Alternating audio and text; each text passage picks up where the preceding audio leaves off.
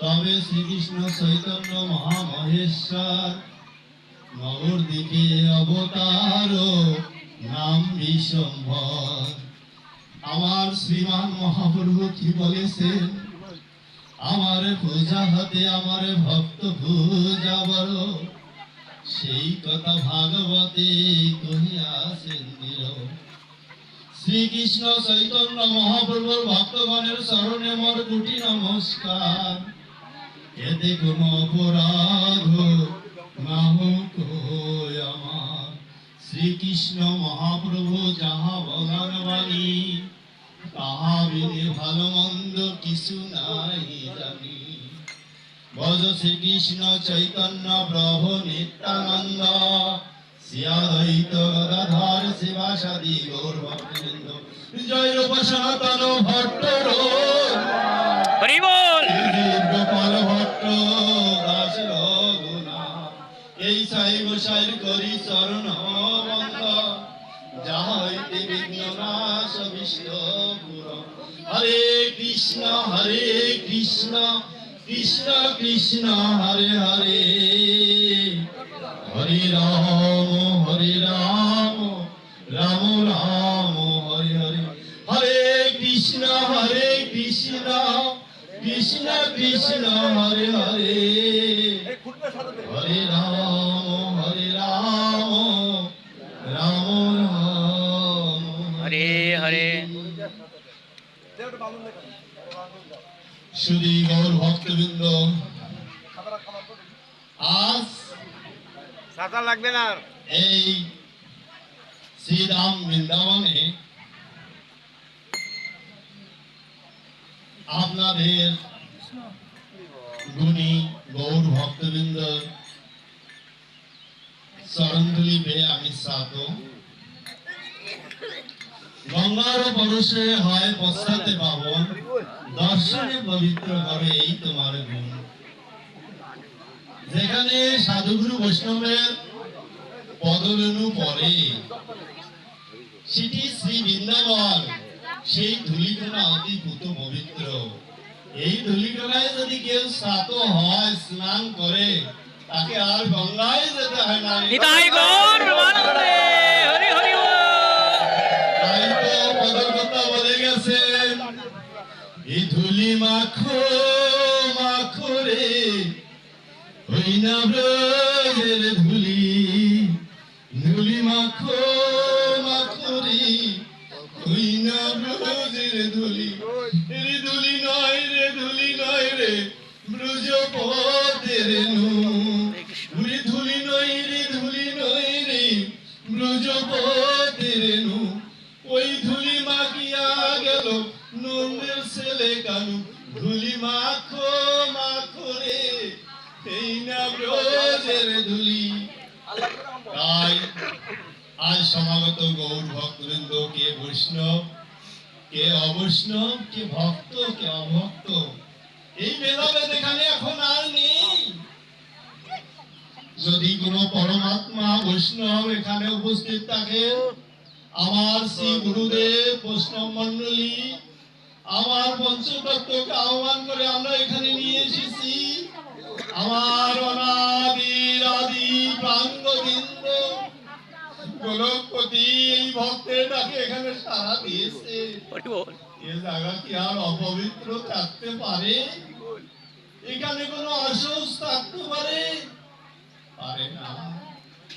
তাই একজন বৈষ্ণবের সংস্পর্শ যখন আমরা পেয়েছি, পরস্পরায় আমরা সবাই শান্ত হয়ে গেছি।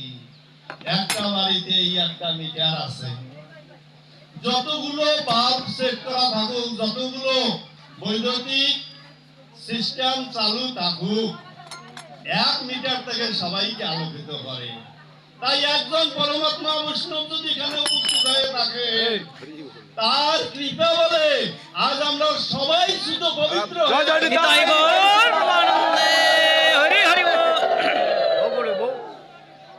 আজকে আমার দাদা ভবেন্দ্র কৃষ্ণ দাস বলে গেছেন, এই ব্যাস আসনে একমাত্র গুরুদেবই ভাগবত করতে পারে।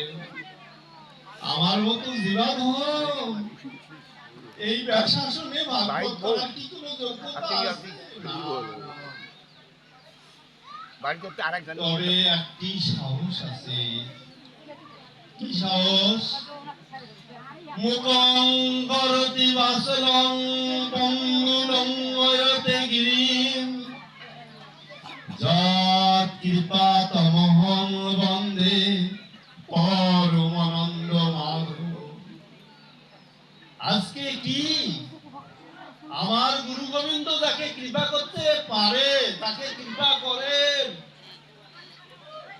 তিনি যদি অন্ধজন হন তবুও তিনি এই পৃথিবীর সবকিছু দেখতে পারেন। তিনি যদি বধির হন, কানে শোনেন না, তার কৃপা বলে তিনিও শ্রুতি পেতে পারেন। যদি কেউ বোবা হন, মুখ মানে বোবা হয়ে থাকেন, আমার এই গুরু গোবিন্দের কৃপায় তিনিও তার বাসলতা ফিরে পান। তাই আমার গুরু গোবিন্দের যদি এতটুকু কৃপা হয়, তার কৃপা বলে গুরুদেব এখানে ভাগবত পরিবেশন করবেন। আজকে এখানে গুরুদেবে ভাগবত পরিবেশন করবেন। আমার মতো যেটা আমাদের সম্ভব না, কারণ আমরা তো শাস্ত্র বিশ্বাস করি। একদিন আমার সামনে, আমাদের সবার সামনে এতক্ষণ ভাগবত পেলেন দিবানন্দ কৃষ্ণ দাস, তো বলে গেছেন খট্টাঙ্গের কথা। আজকে খট্টাঙ্গের সৌভাগ্য হয়েছিল শেষ দিনটার কথা জানার। তিনি কবে চলে যাবেন, কখন চলে যাবেন, কোন মুহূর্তে চলে যাবেন, দুইজন লোকের জানার সৌভাগ্য হয়েছিল। আর একজন, তিনি যার জন্য এই নৈমিষারণ্য আজকে তৈরি হয়েছে, তিনি হলেন মহারাজ পরীক্ষিত। তো মহারাজ পরীক্ষিত যখন জীবনের সন্নিকটে এসে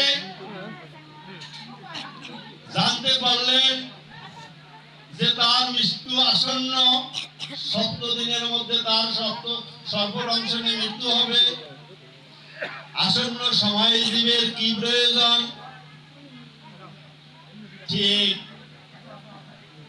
এই সময় 60,000 মুনি ঋষিরা সেই নৈমিষারণ্যে সমবেত হয়েছিলেন। আজকে আপনারা জানেন কেন এই মহারাজ পরীক্ষিত এই অভিশপ্ত হলেন, আপনারা জানেন। কিন্তু মহারাজ পরীক্ষিত যিনি পরীক্ষায় উত্তীর্ণ হয়ে পরীক্ষিত নাম ধারণ করেছেন, যিনাকে ভগবান শ্রীকৃষ্ণ অশ্বত্থামার ব্রহ্মাস্ত্র থেকে রক্ষা করেছে, এই মহারাজ পরীক্ষিত, যার ত্রিভুবন জুড়ে সুনাম, সুযশ সুখ্যাতি, এই মহারাজ পরীক্ষিত আজ এত বড় ভুল করলেন। কেন করলেন জানেন? আমরা যদি যেন তেন ভাবে একজন বৈষ্ণব হয়ে থাকে, উর্ধপিণ্ড তিলক অর্চনা করে, মালা পরে, ধুতি পাঞ্জাবি পরে যদি রাস্তায় হাঁটে, আমরা নিজের লোকেরাও তাকে বিদ্রুপ করি। কি সাধু সাজছে রে, কত বড় সাধু সাজছে। কিন্তু এই নিষ্ঠার যে কত মূল্য, সেটা শিকারি পাখি দেখাইছিলেন। সারাদিন যখন শিকারি পাখি পাইলেন না, দেখেন একজন বৈষ্ণব বসে ভগবানের ধ্যান করতেছেন, আর পাখি সব তার গায়ে বসে আছে। ভাবলো এই বেশটার তো বড় মূল্য, আমাকে তো পাখি আর খোঁজা লাগবে না। তখন এই বৈষ্ণব বেশ ধারণ করে যখন ওখানে দাঁড়িয়ে বসে পড়লেন, তখন হাজারো পাখি এসে তার গায়ে পড়তেছে। তখন শিকারী 2-1টি পাখি ধরার পর তার মধ্যে অন্তঃযন্ত্রণা সৃষ্টি হলো। হে গোবিন্দ, আমি এক শিকারী, একটু আগে একটা পাখিও আমার কাছে আসেনি, সবাই দূর থেকে দেখে আমাকে পালিয়ে গিয়েছে। আর তোমার এই বেশটা ধারণ করতে করতেই আজকে তোমার এত কৃপা, জীবনের মায়া সবাই আশ্রয় নিচ্ছে, হরি বল, আর আমি তাদেরকে ধরে ধরে রাখতেছি। হরি বল। হে গোবিন্দ, কৃপা করো, এই বিষটা বললেও যে মানুষের চৈতন্য উদয় হয়, চেতনা শক্তি আসে, তার এটি একটা জ্বলন্ত প্রমাণ। নিতাই গৌর প্রেমানন্দে। তাই সেই শিকারী সেই মুহূর্ত থেকে পশু শিকার বন্ধ করে, পাখি শিকার বন্ধ করে ভগবানের ধ্যানে প্রবৃত্ত হলেন। আজকে মহারাজ পরীক্ষিত কেন এত বড় ভুল করলেন? তিনি এক সময় প্রজা পালনে, ধর্ম বরায়নে, সকল অবস্থায় তার গুণকীর্তন যখন ত্রিভুবন জয়ী হয়ে গেল, যাকে ভগবান রক্ষা করেছেন মাতৃগর্ভে, তিনি কি কম জ্ঞানী? এখন সেই মহারাজ পরীক্ষিত একবার বনে যাবেন ভ্রমণে, মনে করলেন আমি রাজকীয় বেশে সেখানে যাব। তাই তিনি রাজকোষে গেলেন। যে রাজকোষ দেখলেন একটি সবচেয়ে মূল্যবান মুকুট এবং একটি পোশাক। রাজার বেশে যখন যাব, এই রাজকীয় মূল্যবান পোশাকটাই আমি পরি না কেন? এই মূল্যবান পোশাকটা পরে যখন সেই রাজ মুকুটটি মস্তকে ধারণ করিল, তৎক্ষণাৎ তার বৈষ্ণবত্ব চলে গেল। তার মধ্যে ভ্রময়ের উদয় হলো, তার মধ্যে বিপদগামী চিন্তা ভাবনার উদয় হলো। আপনারা জানেন, জয় জয় শ্রী গুরু নিতাই। আপনারা জানেন এই মুকুটটি কার ছিল? এই পোশাকটি কার ছিল? এই পোশাকটি ছিল যার জন্য এই কুরুক্ষেত্রের যুদ্ধ শুরু হয়েছিল, যার জন্য লক্ষ লক্ষ এই ভক্তবৃন্দ, আত্মীয় স্বজন সবাই শেষ হয়ে গেল। সেই অত্যাচারী রাজা দুর্যোধনের ছিল এই মুকুটটি। আজকে দেখেন, আপনারা জানেন, সৎ সঙ্গে স্বর্গবাস, অসৎ সঙ্গে সর্বনাশ। আজকে দুশ্চক্রী কুচক্রী যে পঞ্চপাণ্ডবকে, তারা কি দোষ ছিল তাদের? নিয়ম অনুসারে তারা রাজা হবে, যুধিষ্ঠির রাজা হবে। 5খানা গ্রাম শেষ হলো, তাও সম্ভব হয় না। কত ভাবে অজ্ঞাত যুদ্ধে তাদেরকে মারার জন্য কত পরিকল্পনা তৈরি করেছিল। কি হলো?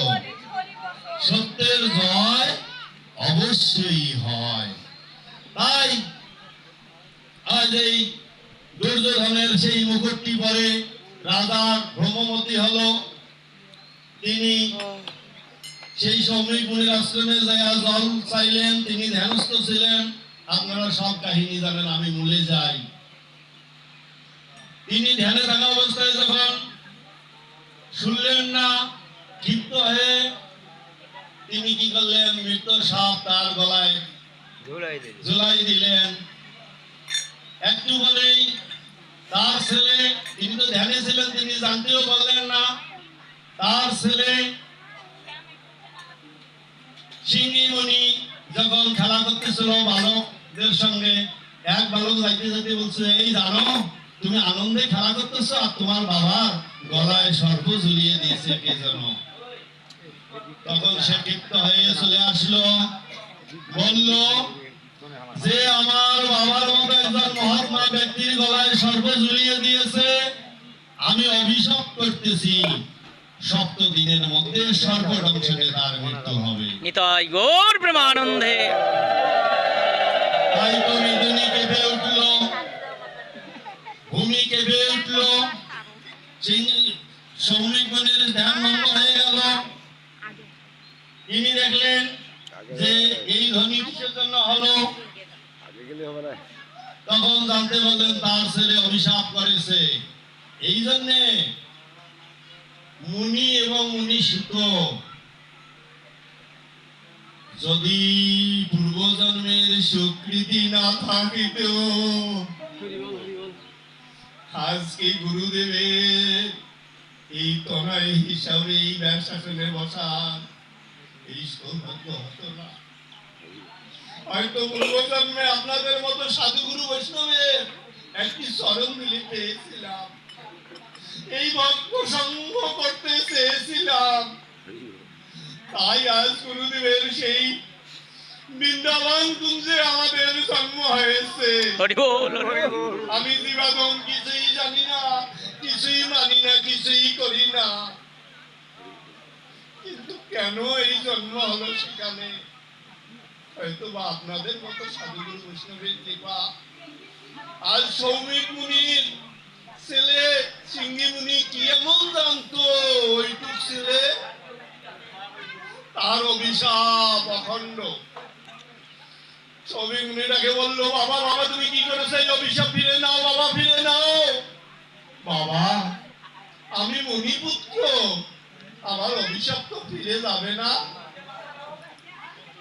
তাই সৌভিক মুনি তাড়াতাড়ি সৌভিক মুনি পাঠাই দিল তার এক ভক্তকে, যাও মহারাজ পরীক্ষিতকে এই সংবাদটা দাও।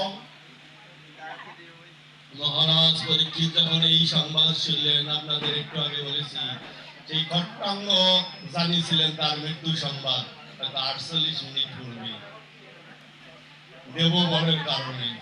আজ এই মহারাজ পরীক্ষিতের সৌভাগ্য হলো তার মৃত্যু সংবাদটুকু জানার। আজকে আমরা জানি কি কখন আমরা এই পৃথিবী থেকে চলে যাব, কখন আমাদের এই ভবলীলা সাঙ্গ হবে।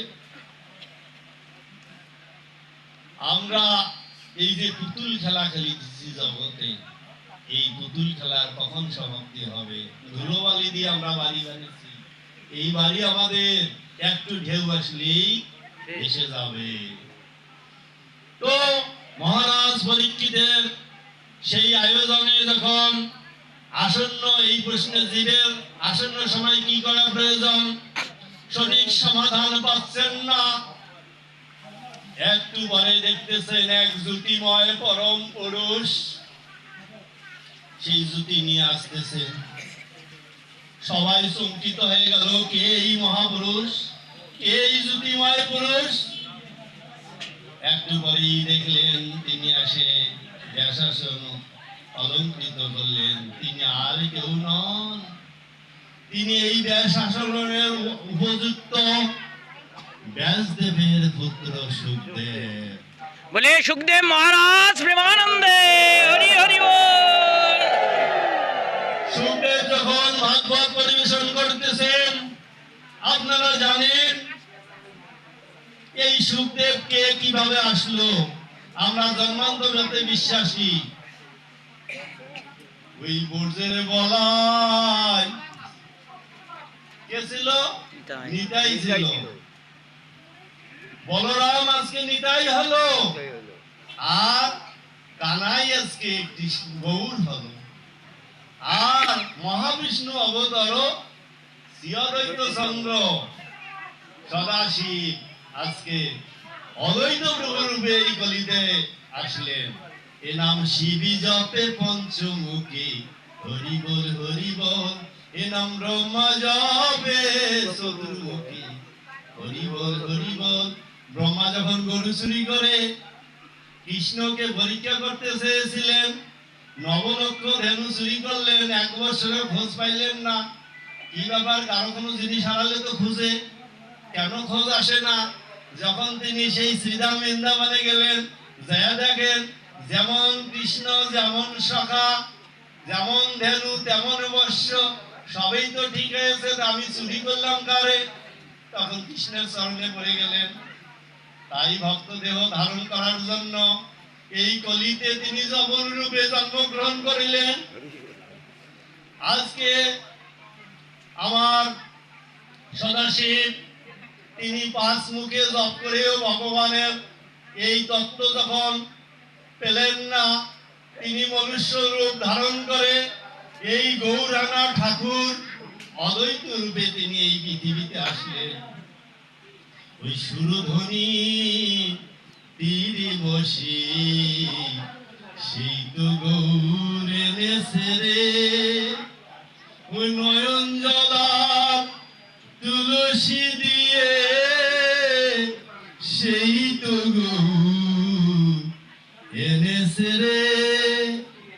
এই সিলেটের যে জায়গায় আমি ছিলাম আপনাদের কৃপায়, সিলেটের সুনামগঞ্জ তাহেরপুরে এই অদ্বৈত প্রভুর ভজন কুটির, সেখানে আজও বনাতীর্থের তীর্থ স্নান হয়। কয়েকদিন আগে হলো মধু কৃষ্ণ ত্রয়োদশী।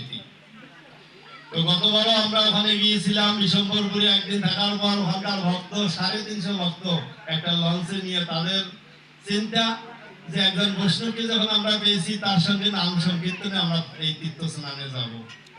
এবং আপনাদের কৃপা বলে আমি জীবাধম আমাকে নিয়ে তারা সেই স্নানে গেলেন, আবার ফিরে আসলেন। ওখানে 3 দিন ছিলাম। ওখানে এই মাধবেন্দ্রপুরী যে ভাগবত জগতের এই আমাদের একজন পূজ্যপাত এবং আশ্চর্য, ওখানে মহাপ্রভুর বাড়ি ঢাকা দক্ষিণ, সেখানে প্রত্যেকবার কাজ করা উৎসবে এই চৈতন্য চরিতামৃত আমার মতো জীবাদম কৃষ্ণ দাস ওখানে পাঠ করেন এবং সমবেত প্রায় 350 ভক্ত একসঙ্গে সমস্বরে আমরা ভাগবত প্রথম অধ্যায় চৈতন্য চরিতামৃত পাঠ করি। ওখানে শ্রীবাস পণ্ডিতের গৃহ আজও আছেন, ওখানে অনেকবার ভাগবত করার সৌভাগ্য হয়েছিল। বালাগঞ্জে মহাপ্রভুর মায়ের বাড়িতে, সেখানে 7 দিন 7 রাত এই শ্রীমদ ভাগবত পাঠ হয়েছে, যেখানে আপনাদের কৃপা বলে আমি 5 দিন পাঠেছিলাম। তো এই গৌরানা ঠাকুর পর্যায়ক্রমে সবাই দেখেন সিরিয়ালি আসলো। আজকে আমার বৈশিষ্ট্য মুনির পুত্র ছিল শক্তি, তিনি আত্মীয়তার হাতে তিনি জীবন লীলায় পরিসমাপ্তি ঘটেছিল তার। বৈশিষ্ট্য মুনি কাঁদলেন, আমার বংশে বুঝি আর ভগবানের নাম নেওয়ার মতো আমার মাধবের সেবার জন্য কেউ রইলেন না। তার পুত্রবধূ আসে বলছে, বাবা বাবা একটি সুসংবাদ আছে, আপনার আগত একজন ভবিষ্যৎ একজন আসতেছে ভগবানের নাম নেওয়ার জন্য, আপনি কৃপা করেন। বৈশিষ্ট্য মুনি আনন্দে ভগবানের কাছে বলতেছেন, হে গোবিন্দ তুমি কৃপা করে গোবিন্দ, যাকে পৃথিবীতে তুমি নিয়ে আসবে সে যেন তোমার নামগুলো কীর্তন গাইতে পারে। আজ জন্ম হলো সেই বৈশিষ্ট্যের নাতি হিসাবে, শক্তির পুত্র হিসেবে মহামুনি পরাশর মুনি। এই পরাশর মুনি যার সংস্পর্শে মৎস্যগন্ধা কন্যা আজকে পদ্মগন্ধায় পরিণত হলো। মৎস্যগন্ধা কন্যার দুর্গন্ধে কেউ তার পাশে যাইতে পারত না, আজকে এই পরাশর মুনির সংস্পর্শে তাই পদ্মগন্ধায় পরিণত হলেন। আর তার সংস্পর্শে তার কৃপা বলে যে একটি পুত্র সন্তান জন্মগ্রহণ করলো মৎস্যগন্ধা, তিনি হলেন মহামুনি ব্যাসদেব, যিনি এই শ্রীমদ ভাগবত রচনা করেছেন। আজ মহামুনি ব্যাসদেব অনেক গ্রন্থ প্রণেতা। একদিন তার গুরুদেব, এর আগে হয়তো বা ঠাকুর বলাইছিলেন এই পৃথিবীতে জগতে অনেক গুরুদেব এসেছেন, কিন্তু আমাদের প্রথম গুরুদেব হলেন অনাদির আদি গোবিন্দ, আমার প্রাণ গোবিন্দ ভগবান শ্রীকৃষ্ণ। আজকে যখন ঈশ্বরপুরী মহাপ্রভুকে দীক্ষা দিতে নিয়ে যাইতেছিলেন, তখন ঈশ্বরপুরী নিজেই ভ্রমে পড়ে গিয়েছিলেন, মহাপ্রভুকে আমি দীক্ষা দেব, কি সাধ্য আমার আছে যদি মহাপ্রভু কৃপা না করে। আজকে আমার জগৎগুরু ভগবান শ্রীকৃষ্ণ তিনি কৃপা করেছিলেন ব্রহ্মাকে, ব্রহ্মা কৃপা করেছিলেন মহামুনি দেবর্ষি নারদকে, আর নারদ জগতে ব্যাসদেবকে, এভাবে পরস্পর এসে গেলেন। আজকে যখন ব্যাসদেব অনেক গ্রন্থ রচনা করলেন, আমার ভগবানের রূপ রস গন্ধ এই গ্রন্থগুলোতে সেভাবে নেই। তাই তো নারদ মুনির পরামর্শ ক্রমে মহামুনি ব্যাসদেব শ্রীমদ ভাগবত রচনা করলেন। জয় জয় ভাগবত প্রেমানন্দে। নন্দে হরি হরি বল। এখন আমরা যেমন ভোগের অনেক আয়োজন করি, আমার গোবিন্দ যতক্ষণ আস্বাদন না করে ততক্ষণ কোন ভক্ত সেটি স্পর্শ করি না, কারো দৃষ্টিগোচর হয় না। আজকে মহামণি ব্যাসদেব চিন্তা করলেন, এই ভাগবত খানি তো আমি রচনা করলাম আমার গুরুদেবের পরামর্শ ক্রমে, কিন্তু এটি পরিবেশন হবে কার মাধ্যমে? তাই তো একদিন দেখেন ভগবানের কি লীলা খেলা। একদিন এই নৈমিষারণ্য তৈরি হলো, সেখানে মহামণি সুখদেব এই ভাগবতটিকেই পরিবেশন করলেন। তাই যখন তিনি ভাগবত পরিবেশন করেন, তখন ওই মুনিদের মধ্যে ৬০,০০০ মুনিদের মধ্যে দুই একজন প্রশ্ন করলেন, মহামণি সুখদেব, আপনি যে ভাগবত পরিবেশন করছেন, আপনি কি জানেন আপনার সামনে অনেক বয়োজ্যেষ্ঠ উপবেশন করেছেন? আপনার পিতা, পিতামহ, প্রপিতা সবাই তো এই ভাগবতের নিচে আসনে উপবেশন করেছেন। আপনি ব্যাসাসনে বসে কিভাবে ভাগবত করতেছেন? আপনারা গুরুজন, পিতৃতুল্য, মাতৃতুল্য, আপনাদের সামনে ভাগবত করার মতো কি যোগ্যতা আমার আছে? না। এই শাসনে ব্যাসাসনে ভাগবত করা। সুখদেবকে এই প্রশ্নটি করেছিলেন। আমার মহামণি সুখদেব বলেছিলেন, আপনারা দেখতে চান না শুনতে চান? মুনিরা বলেছিলেন, দেখার আগ্রহ তো সবারই থাকে, শুনিয়া কানে, এখানে ঢুকবে, এখানে দেখবে, বের হয়ে যাবে, আর দেখলে কিন্তু সেটা তাড়াতাড়ি একটু মনে থাকে, তা আমরা দেখতেই চাই। সবাই ভগবানকে একবার ধ্যান যোগে লক্ষ্য করো, একবার ধ্যানের মধ্যে ভগবানকে একবার স্মরণ করো, তাহলে সবকিছুই দেখতে পাবেন। তাই ভক্তরা,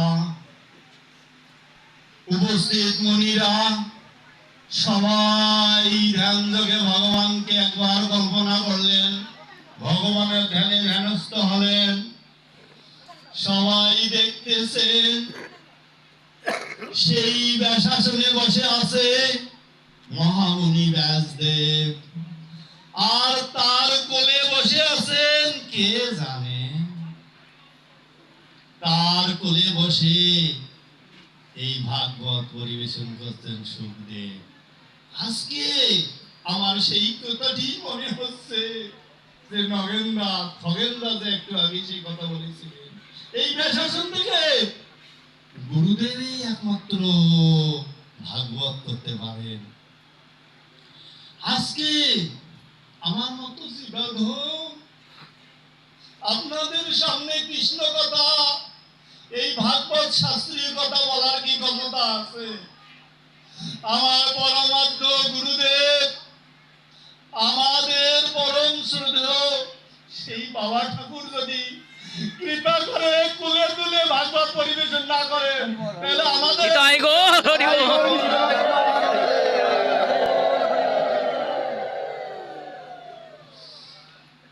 ব্রহ্মাণ্ড ভূমিতে ভূমিতে কোন ভাগ্যবান জীব গুরু কৃষ্ণ কৃপা পায় ভক্তিলতা বীজ, মালি হয়ে সেই বীজ করে আরোপণ, শ্রবণ কীর্তন জলে করে এসেছেন। একজন মালি কি করে জানেন? বাজার থেকে হোক আর ঘর থেকে হোক একটা কয়েকটা বীজ নিয়ে যায়। কেমন বীজ নিয়ে যায়? অপরিপুষ্ট না পরিপুষ্ট? পরিপুষ্ট বীজ নিয়ে যায়। যাওয়ার পরে কি করে জানেন? একটা জমি উর্বর করে, জমিটা উর্বর করে বীজ গজানোর মতো যখন ক্ষমতা আসে, সে জায়গায় একটি বীজ রোপণ করে, এই বীজটাকে লালন পালন করে, যখন এই বীজটা থেকে অঙ্কুরিত হয় একটি চারা, এই চারাটিকে লালন পালন করে, সযত্নে পালন করে, যখন চারাটি পরিপুষ্ট হয়ে অনেক বড় একটা বৃক্ষে পরিণত হয়, মালি তখনও শান্তি পান না। মালি কখন শান্তি পান জানেন? যখন এই বৃক্ষ থেকে সুমিষ্ট ফল, সুন্দর সুগন্ধি ফুল ফোটে, এই ফুলের সুগন্ধে যখন গাছের নিচ দিয়ে কেউ যায় আর বলে, আহ, গাছটা তো কত সুন্দর, কত সুশোভিত, সুগন্ধি ছুটছে, এই গাছটির ফল তো কত সুন্দর, এ গাছের মালিককে কে যত্ন করে এই গাছটিকে এভাবে সুন্দর করেছে। এই ফলটা যখন আমার গোবিন্দকে নিবেদিত করা হয়, ভক্তরা যখন এই প্রসাদ পেয়ে মহা আনন্দে ভগবানের নাম গায়, তখন ওই মালির সার্থকতা।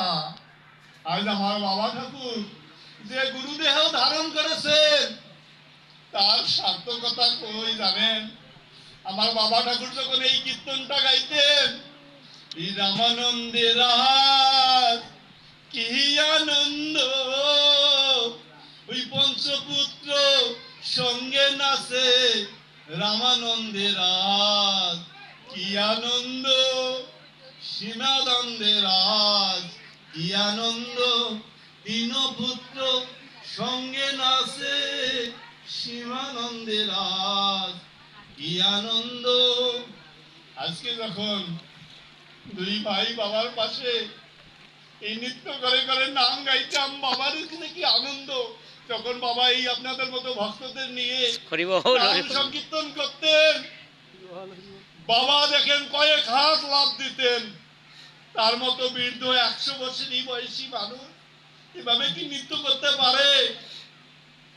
ভাগবতে আছে, একদিন ভগবান শ্রীকৃষ্ণকে দর্শন করার জন্য এক ভক্ত এসেছিলেন। ভগবান শ্রীকৃষ্ণের রূপ দেখে তার চরণে যখন লুটিয়ে পড়লেন, তখন তার শরীরে এমন রোমাঞ্চ হলেন, তিনি নৃত্য করতেছেন, নিত্য আনন্দে ভাসতেছেন। ওখানে অনেক নৃত্য শিল্পী ছিল, যিনি উপজেলা, জেলা, বিভাগ, দেশ বলা যায় বিশ্ববরেণ্যের শ্রেষ্ঠ নৃত্যশিল্পী। এই বিশ্ববরেণ্যের শ্রেষ্ঠ নৃত্যশিল্পী বললেন যে আমার মতো বিশ্ববরেণ্যের নৃত্যশিল্পী এত সুন্দর করে নৃত্য করতে পারেন না। এই ভক্ত যেভাবে ভগবানের সামনে নৃত্য করলেন, আমার মতো নৃত্যশিল্পীও এইভাবে নৃত্য করতে পারেন না।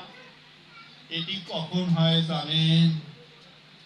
যখন ভগবানের সেই নাম গুণকীর্তন হৃদয়ে ধারণ করা যায়, ভগবানকে অবলোকন করা যায়। আমরা করতে পারি না। কেন করতে পারি না? মায়াবদ্ধ জীবের নাহি কৃষ্ণ স্মৃতি জ্ঞান। আজকে চৈতন্য চরিতামৃতে ২২ পরিচ্ছেদে মধ্যলীলায় কি বলা হলো? এই তো কহিল সম্বন্ধ তত্ত্বের বিচার, বেদ শাস্ত্র উপদেশে কৃষ্ণ এক সার। একমাত্র সার বস্তু কি? ভগবান শ্রীকৃষ্ণ। 7 বর্ণ গাভী, 1 বর্ণ দুধ। একটা কালো গাভী সেকলে দোহাইলে কি সেখানে কালো দুধ বের হয়? লাল গাভী দোহাইলে কি লাল দুধ বের হয়? দুধের রং এক, দুধের রং এক, সাদা বর্ণ। তাই এই আপামর জীব সাধারণ তথা মানব জাতির জন্য একমাত্র শ্রেষ্ঠ বস্তু, শ্রেষ্ঠ প্রয়োজন হলো ভগবান শ্রীকৃষ্ণের শুদ্ধ কৃষ্ণ ভক্তি প্রাপ্তি লাভ।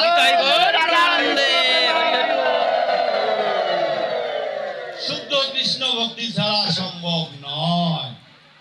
আজকে আমরা এই শুদ্ধ ভক্তি আমাদের কেন আসে না? আমরা কি ভুলে গেছি?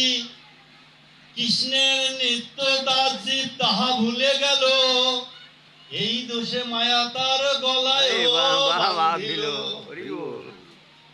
এইলে জীবের কৃষ্ণ নিত্য দাস জীব, কৃষ্ণের নিত্য দাস। আমি নিতাই কৃষ্ণ দাস। আমার এই জাগতিক সংসারের কে সরকার, কে মহন্ত, আর কে গোস্বামী এই পদ নাই। আমরা জীবের কৃষ্ণ নিত্য দাস। আমরা জীব ভগবান শ্রীকৃষ্ণের নিত্য দাস জীব।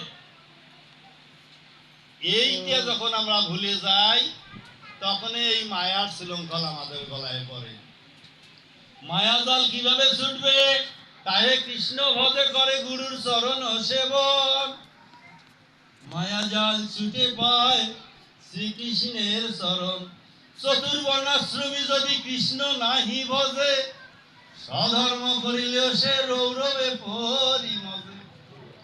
কৃষ্ণ সূর্য সমমায়া হয় অন্ধকার, যাহা কৃষ্ণ তাহা নাহি মায়ার অধিকার। আজকে এই মায়াজাল ছুটতে হলে কি হবে? এই একটা সূর্য উদয় হয়েছে, পৃথিবী সারা পৃথিবী আলোকিত করেছে। শুধু কি পৃথিবী? বিজ্ঞান কি বলে? এই সূর্য মাঝারি আকারের একটা নক্ষত্র। এর হিসাবটা দেখেন, সূর্যের পরিবার হলো 8টা গ্রহ আছে, বুধ শুক্র পৃথিবী মঙ্গল বৃহস্পতি শনি ইউরেনাস নেপচুন। এই 8টা গ্রহকে আলো দেয়।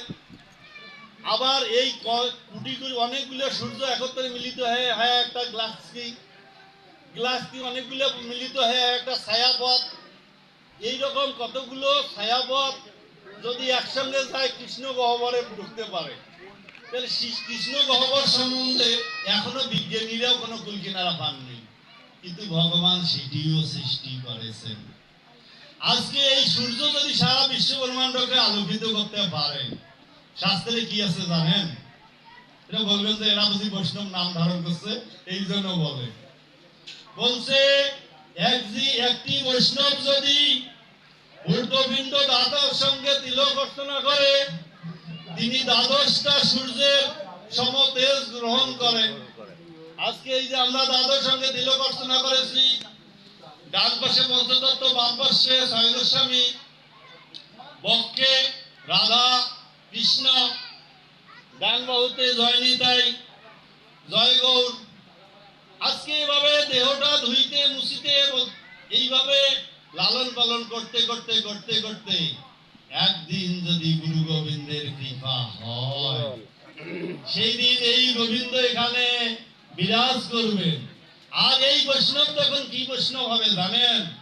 ব্রহ্মাণ্ড তরিতে শক্তি ধরে জনে জনে, এবে পুরাণে গুণ গায়ে যে বাসনে। জয় জয় বৈষ্ণব প্রীতি প্রেমানন্দে বন্দে হরি হরি বল। বৈষ্ণবের বিচার আমরা কি করতে পারি? একজনের শরীরে যদি জ্বর হয়, একটা থার্মোমিটার দিয়ে পরীক্ষা করা যায় এর জ্বরটা কত ডিগ্রি। কিন্তু একজনকে বৈষ্ণবত্ব মাপার জন্য কোন থার্মোমিটার কি বিজ্ঞানীরা বের করতে পেরেছেন? পারেন নাই। তো আজকে বৈষ্ণবের মহিমা ভগবান নিজেই প্রমাণ করেছেন, প্রচার করেছেন। সেই জয় বিজয় আপনারা জানেন, স্বর্গের দাড়ি ছিল বৈষ্ণবকে বাধা দেওয়ার কারণে। যুগে যুগে তারা আস্তে আস্তে আজকে শেষে কলিযুগে কি আইলো? জগাই মাধাই রূপে জন্মগ্রহণ করলো। আর আমার পতিত পাবন শ্রী গৌর হরির কৃপা বলে তারা জগাই মাধাই হরির নাম নিতাই গৌর আনন্দে হরি হরি বল। আজকে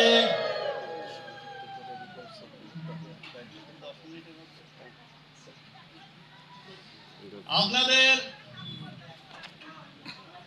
গৌর ভক্তবৃন্দের সামনে ভাগবত করতে আমার এত বেশি আকাঙ্ক্ষা হচ্ছে, আমার গোবিন্দ যেন যদি শেষ মুহূর্ত পর্যন্ত এই ভাগবত এভাবে পরিবেশন করতেন, আমার খুব আনন্দ হতো। আমাদের সময় খুব সংকীর্ণ, আমরা এভাবে সেই সময় পাচ্ছি না।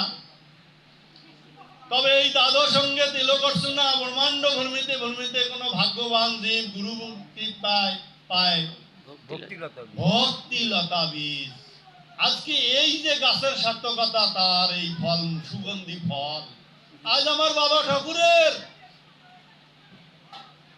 সেই নিত্য লীলায় প্রবিষ্ট হয়ে তিনি নিত্য লীলায় আজকেও নৃত্য করতেছেন।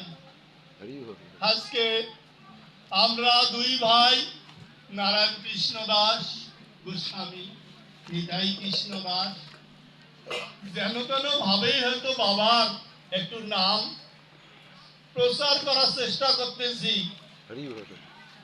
আজকে আমি সিলেটে একটা চাকরিরত ছিলাম, আপনারা সবাই হয়তো বা জানেন, আপনাদের সেভাবে চরণধুলি পাওয়ার আমার সৌভাগ্য হয় নাই, কিন্তু এই আমার সামনে আছে বাদল কৃষ্ণ, যতীন কৃষ্ণ এবং অনেক ভক্তবৃন্দ, আমার সতীর্থ ভাইয়েরা প্রায় বলতেন দাদা ঠাকুর চলে আসেন। ওখানে একটা ব্যাসাসনে জানেন এইভাবে ভাগবত করলে, জানেন সিলেট দ্বিতীয় লন্ডন বলা হয় সিলেটকে, একজন অন্তত 500-1000 টাকা করে এই ব্যাসাসনে একটা করে প্রণামী দেয়। তারা জানে মহাপ্রভু দেশের মানুষ, তো আচরণ কতটুকু করে না করে, কিন্তু এই বৈষ্ণবদের প্রতি তাদের একটা জয় জয় শ্রী ভালো। গুরু নিতাই গৌর প্রেমানন্দে। তারা বলে এই একটা প্রসাদ, আমরা কি প্রসাদ পাচ্ছি এখানে? ভাগবত প্রসাদ পাচ্ছি। ভগবানকে আমরা 3 উপায়ে পেতে পারি: বাময়ী রূপী ভগবান, মিন্ময়ী রূপী ভগবান, চিন্ময়ী রূপী ভগবান। এই ভাগবতের মাধ্যমে আমরা ভগবানকে পাই, বাময়ী রূপী ভগবান। আর মিন্ময়ী রূপী ভগবান আমরা বিগ্রহ পূজা যখন করি বিগ্রহের মাধ্যমে। আর চিন্ময়ী রূপী ভগবান, সে ভগবান কি? এখনো কি বৃন্দাবনে বাঁশি বাজে রে, সেই না বাঁশির সুরে সুরে ময়ূর নাচে রে।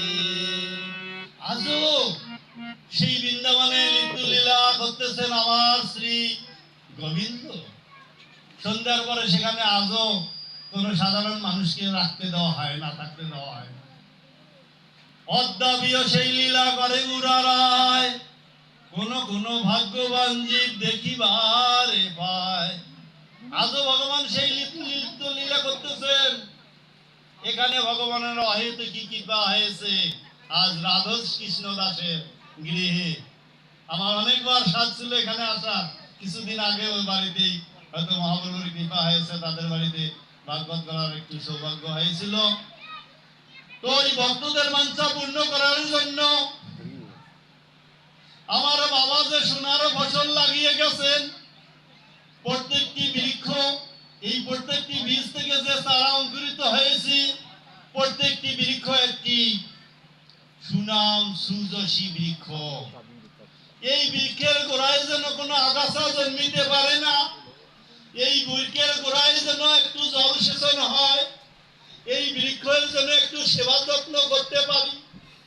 তাই প্রভু হিসাবে নয়, সেবক হিসাবে সেই সব কর্ম ত্যাগ করে সেই মাস্টারি পেশা, শিক্ষকতা পেশাটাও ছেড়ে দিয়ে এই 1 মাস আগে আপনাদের এই সেবা করার জন্য আমি চলে এসেছি। আপনারা কৃপা করবেন, আপনাদের প্রভু হিসাবে নয়, আপনাদের সেবক হিসাবে। এই বাবার এই সুন্দর তৈরি বাগান কোনো আগাছায়, কোনো অশুভ ইঙ্গিতে, কোনো মিথ্যা মরিচিকায় যেন ডুবে না যায়, তাই আপনাদের একটু সেবা করতে চাই, আপনারা কৃপা করবেন। নিতাই গৌর প্রেমানন্দে। হরি হরি বল। আমাদের এই জগতে আমাদের কি আছে, কি নিয়ে চলবো? প্রাক্তন জর্জ ডব্লিউ বুশ তিনি বলছিলেন, সারা পৃথিবী বলা যায় এই আমেরিকা এখনো শাসন করে। আমেরিকা যেটা হবে সেইটাই সবাই মানতে বাধ্য, কারণ পৃথিবীতে 5টা দেশ এখনো স্থায়ী কমিটির সদস্য। 15 সদস্য বিশিষ্ট কমিটিতে 5 জন এখনো স্থায়ী সদস্য, তারা যেটা হবে সেটা। এই প্রাক্তন জর্জ ডব্লিউ বুশ বলেছিলেন যে আমার 2টি আমার আশা আছে, আমার মৃত্যুর পরে 2টি আশা তোমরা পূরণ করবে। তার আপনজন বলেছিল, কি আশা বলেন? যে আমার 2টা আশা হলো, প্রথম আশা, আমাকে যখন মৃত্যুর উপরে এই কফিনে করে নিয়ে যাওয়া হবে, তখন 4 জন পৃথিবীর শ্রেষ্ঠ ডাক্তার জন্য আমাকে নিয়ে যায়, 4 জন শ্রেষ্ঠ ডাক্তার জন্য আমাকে এই কফিনটা ধরে নিয়ে যায়। বলে দ্বিতীয় আকাঙ্ক্ষাটা কি? দ্বিতীয় আকাঙ্ক্ষা আছে, আমাকে নিয়ে যাওয়ার সময় আমার হাত 2টা যেন কফিনের পাশে ঝুলিয়ে প্রশস্ত ভাবে থাকে। তখন বলল, কেন আপনার আকাঙ্ক্ষা, এটা কি জানতে পারি? আপনি মারা গেলে তো জানতে পারবো না। তাহলে শোনো, এই পৃথিবীর শাসনকর্তা হিসেবে অনেকে আমাকে জানে। অর্থ আভিজাত্যের আমার অহংকার নেই, অভাব নেই।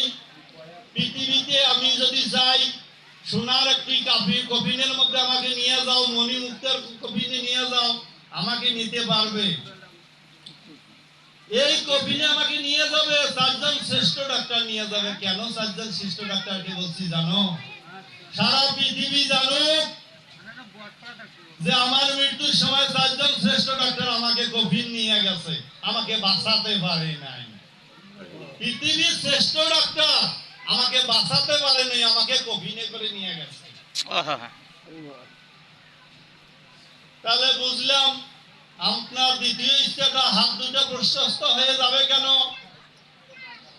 যে সারা পৃথিবীর মানুষ জানুক আমি জর্জ ডব্লিউ বুশ, আমার অর্থ আভিজাত্যের কোনো অহংকার নেই। আমি সোনার পালঙ্কে, মানিকের পালঙ্কে, হীরার পালঙ্কে শয়ন করি, কিন্তু যাওয়ার সময়, যাওয়ার বেলায় আমার শূন্য হাসতে আমাকে বিদায় নিয়ে চলে যেতে। জয় গৌর প্রেমানন্দে হরি হরি বল। আজকে আমরা কিসের বড়াই করি? আমাদের কি সাথী হবে পরকালে? আপনাদের একটা কথা বলি, অনেক বলার ইচ্ছা হচ্ছে, অনেক হয় এক মাসেও শেষ হবে না। আমি সেই দিনও বলছিলাম আপনারা এমন একটা ভাগবতের আয়োজন করেন, সেখানে কমপক্ষে সিলেটে কমপক্ষে আমি 4 থেকে 5 ঘন্টা ভাগবত গোবিন্দ কৃপায় করেছি। এখানে যদি সকালে 11টায় ভাগবত শুরু হইতো, তাহলে ভাগবতের একটা দিক নিয়ে আলোচনা করতে হয়, সেই দিক আলোচনা করার কিন্তু সুযোগ নেই। যাই হোক, আমরা কি নিয়ে যেতে পারবো? অদ্বৈত প্রভু, আপনারা বেনাপোল জানেন, ভারতের বেনাপোল, বেনাপোলের বর্ডারের কাছে এখনো একটি বৃক্ষ আছে, বকুল বৃক্ষ। যে এটা হলো তমাল বৃক্ষ, তমালের লাঠি কিন্তু এখনো অনেকে হাতে নিয়ে যায়। সেখানে একদিন একটি কীর্তন হচ্ছে, হরিনাম সংকীর্তন। কীর্তনের এত মধুর রস, সেখানে আমার শ্রী অদ্বৈত প্রভু, অদ্বৈত আচার্য এই নামের রস শুনে আর বাড়িতে থাকতে পারছেন না। অদ্বৈত প্রভু তখন বার্ধক্য জনিতে সেভাবে হাঁটতে পারেন না। মহাপ্রভুর চেয়েও অনেক বছরে তিনি বড়। বৃদ্ধ অবস্থায় মহাপ্রভুকে ডাকে আনলেন, আর মহাপ্রভু যাওয়ার পরে 24 বছর এরকম সময়, অনেক সময় ছিলেন তিনি। তো যখন এই মহাপ্রভু এখন শেষ করেন, যখন এই অদ্বৈত প্রভুর নামের রসে সেখানে উপস্থিত হলেন, আর লাঠিকে হাতে নিয়ে নিয়ে এই নামের রসে নৃত্য করতেছেন, আর আমার মহাপ্রভুর বদন হেরেছেন। এই নামের রস সে মহাপ্রভু, এই নামের রসে অদ্বৈত প্রভু নৃত্য করতেছে, আর লাঠি তার হাতে, লাঠি হাতে নৃত্য করতে করতে মহাপ্রভু তখন এই ধরাধামে তো প্রকট ভাবে নাই। তিনি কি করতেছেন? মহাপ্রভু ওই যে অদ্যাপিয়া সেই লীলা করে ওরা রায়, কোন কোন ভাগ্যবান জীব দেখিবারে পায়। মহাপ্রভু অলৌকিক হিসাবে, অলৌকিক ভাবে সেখানে আসি উপস্থিত হয়েছেন। হইয়া অদ্বৈত প্রভুর লাঠিটা, হাত থাকি লাঠিটা এরকম নিলেন, লাঠিটা নিয়ে মহাপ্রভু তার হাত ধরলেন। মহাপ্রভু যদি আজ আমার মতো জীবাধমে এখানে হাত ধরে, সবাই কি সেটা দেখতে পারবেন? আজকে অদ্বৈত প্রভু যখন লাঠি ফেলে হাত ধরেছেন, অদ্বৈত প্রভু নৃত্য করতেছেন, হেলে দুলে নৃত্য করতেছেন, সব ভক্ত অবাক। অদ্বৈত প্রভু তো শয্যাশায়ী, অনেকটা হাঁটতে চলতে পারেন না, লাঠিটা তার একমাত্র অবলম্বন, আর লাঠি ছাড়া অদ্বৈত প্রভু কিভাবে নৃত্য করতেছেন? প্রচুর আনন্দের ঘন পরিবেশের মধ্যে অদ্বৈত প্রভু নৃত্য করতেছেন, আর মহাপ্রভুকে বলতেছেন, ওহে মহাপ্রভু, তুমি কৃপা করো মহাপ্রভু, তুমি আমার এই লাঠিটা যে তুমি সরিয়ে দিলে, তুমি আমার অবলম্বন হলে, তুমি আমার লাঠি হলে, হে মহাপ্রভু তুমি কৃপা করো মহাপ্রভু, শেষ নিঃশ্বাস ত্যাগ করা পর্যন্ত তুমি, তোমাকে যেন আমি একমাত্র নিতাই গৌর প্রেমানন্দে। আজকে দেখেন আমাদের অবলম্বন কি? আমাদের অবলম্বন